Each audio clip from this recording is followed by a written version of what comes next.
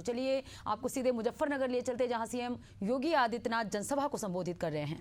Guarantee भी देती है, हमारे उत्थान का मार्ग भी प्रशस्त करती है और सम और विषम परिस्थितियों में हमें लड़ने की भी प्रेरणा प्रदान करती है। और यही तो कार्य सदगुरु रविदास जी महाराज की इस प्रेरणा को आगे बढ़ाने का काम किया है। इस सुख तीर्थ में संत स्वामी ज्ञान भिक्षुक दास जी महाराज ने, एक दिव्य संत थे। सुख तीर्थ भारत की सनातन धर्म की परंपरा का एक पौराणिक तीर्थ है। आज से नहीं, ये भागवत भूमि है। 5000 वर्ष पहले सुखदेव जी महाराज ने राजा परीक्षित को पहली भागवत की कथा इसी धाम पे सुना करके उन्हें मुक्ति का मार्ग प्रशस्त करने के लिए जीवन में भक्ति का, ज्ञान का और मुक्ति का क्या महत्व हो सकता है, इसकी प्रेरणा इसी पावन धाम में करवाया था। याद करिए, मां गंगा भारत की सनातन धर्म की परंपरा की एक अविरल और अजरस धारा है, जो सम और विषम परिस्थितियों में हम सबको उद्धार का मार्ग प्रशस्त करती है। हम कैसे मां गंगा को भूल सकते हैं? हम कैसे सुख तीर्थ को भूल सकते हैं? और याद करिए, ये 5000 साल पहले इसी तीर्थ में ये सब घटनाक्रम घटित होता है। दुनिया के अंदर कोई मत, मजहब, संप्रदाय ये तो बताएं कि 5000 साल का इतिहास कितने लोगों का है, कितने लोगों का है।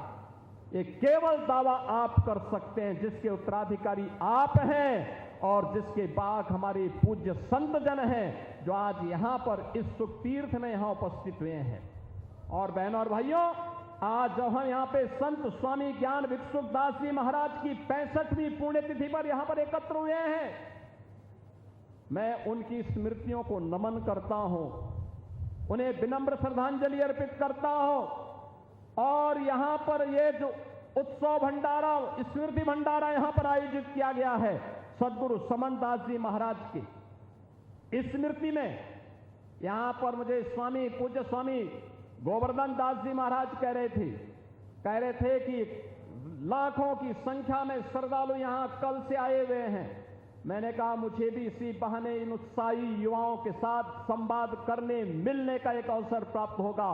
और बहनों और भाइयों, मैं तो आपसे कहने के लिए आया हूं, इसलिए कहने के लिए आया हूं कि इस बार तो नहीं हो पाया, लेकिन अगली बार यहां के पूज्य संतों की प्रेरणा से जो मां गंगा की धारा को हम यहां से लेकर के गए हैं, यहां पर इस सदगुरु रविदास मिशन से जुड़े हुए समन दास जी महाराज के इस पावन आश्रम के सामने भी सदगुरु रविदास और पूज्य संत समन दास जी महाराज की स्मृति में एक घाट का निर्माण हम लोग कार्य करा के पूरा कर चुके होंगे।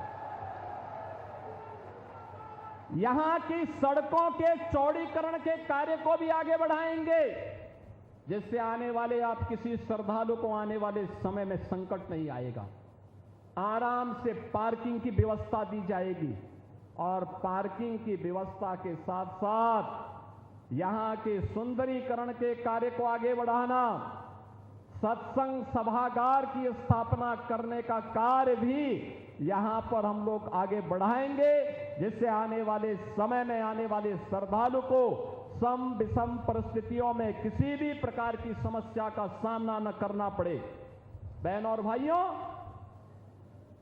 जब अच्छी सरकार आती है और पूज्य संतों का मार्गदर्शन मिलता है तो अच्छा ही अच्छा होता है।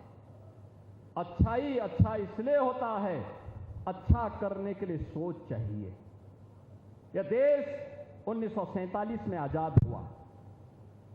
बाबा साहब डॉक्टर भीमराव अंबेडकर जी ने इस देश को एक संविधान दिया, लेकिन आजादी के बाद बाबा साहब भीमराव अंबेडकर को जो सम्मान मिलना चाहिए था, वह सम्मान पिछली सरकारों ने नहीं दिया।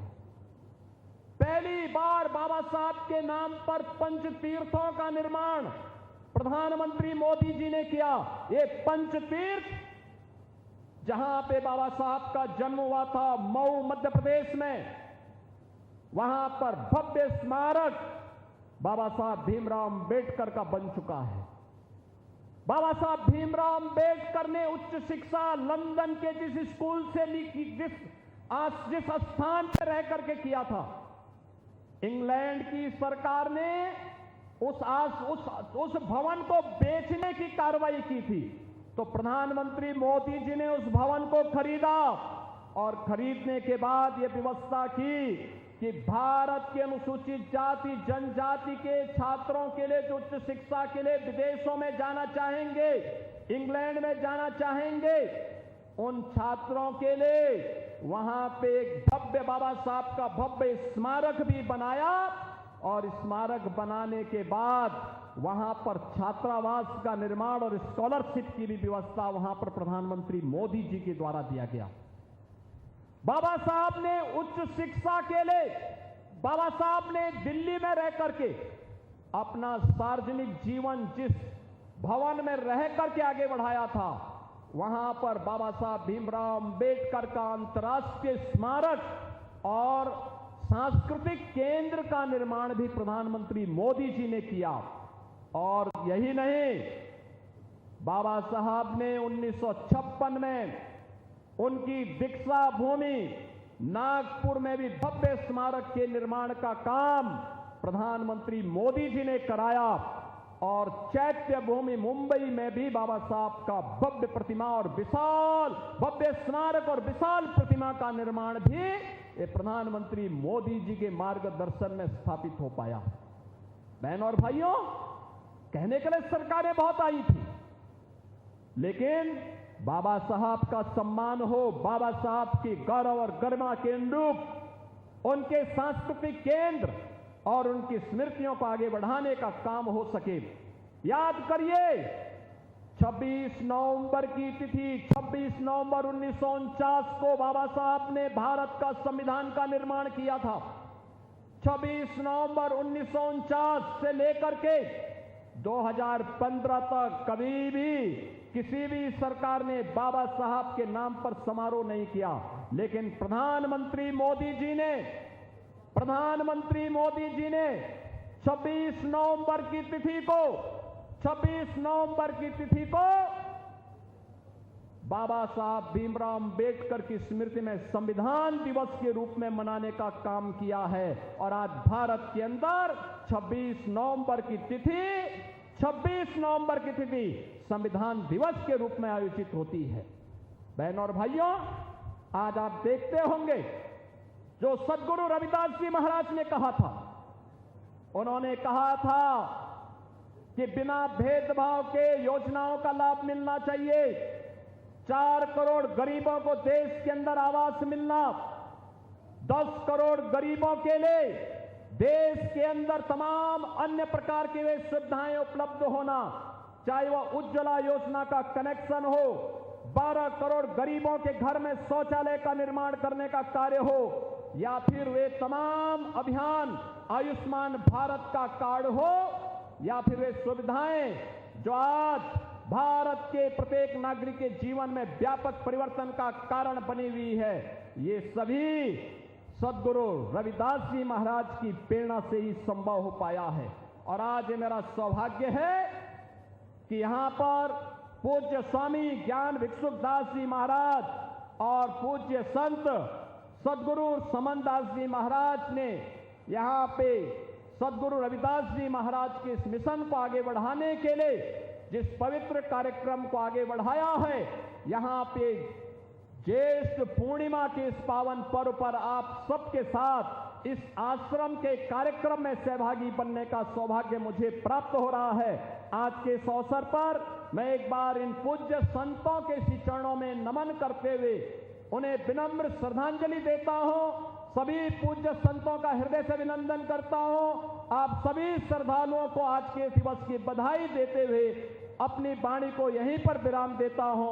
आप सब मेरे साथ बोलेंगे, सद्गुरु रविदास जी महाराज की, सद्गुरु रविदास जी महाराज की, सद्गुरु स्वामी ज्ञान भिक्षुकदास जी महाराज की, सद्गुरु स्वामी ज्ञान भिक्षुकदास जी महाराज की, सद्गुरु समनदास जी महाराज की, सद्गुरु समनदास जी महाराज की।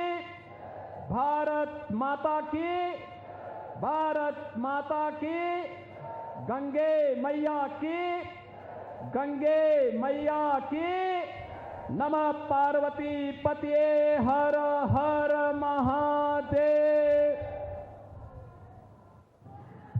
अभिभूत हैं, कृतज्ञ हैं महोदय। आपके ऊर्जावान उद्बोधन से श्रद्धा भावना की बयार बह निकली है। और अब माननीय मंत्री श्री अनिल कुमार जी और माननीय मंत्री श्री कपिल देव अग्रवाल जी